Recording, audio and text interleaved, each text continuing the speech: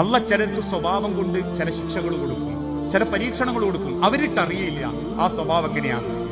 നമ്മൾ പറയലില്ലേ, പറഞ്ഞതുപോലെ തന്നെയാണത്. എല്ലാത്തിലും നെഗറ്റീവ് കാണുന്ന ചില മനസ്സുണ്ടാവും.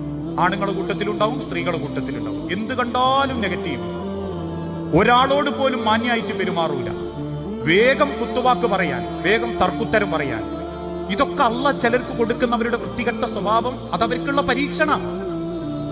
ഏത് നല്ല കാര്യത്തിന്റെയും അടിയിൽ വന്നിട്ട് തോന്നിയാസേരിക്കുന്നവരെ കാണില്ല നിങ്ങള്.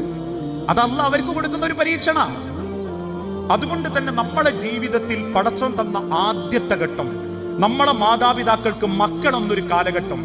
ആ മക്കൾ എന്ന കാലഘട്ടത്തിൽ ഏറ്റവും നല്ല സ്വഭാവത്തോടുകൂടി തന്റെ മാതാപിതാക്കളെ പരിഗണിക്കാൻ പറ്റിയിട്ടുണ്ടോ എന്ന് നമ്മൾ ചിന്തിക്കണം. അവിടെയാണ് നമ്മുടെ ഏറ്റവും നല്ല ക്വാളിറ്റിയും സ്വഭാവവും.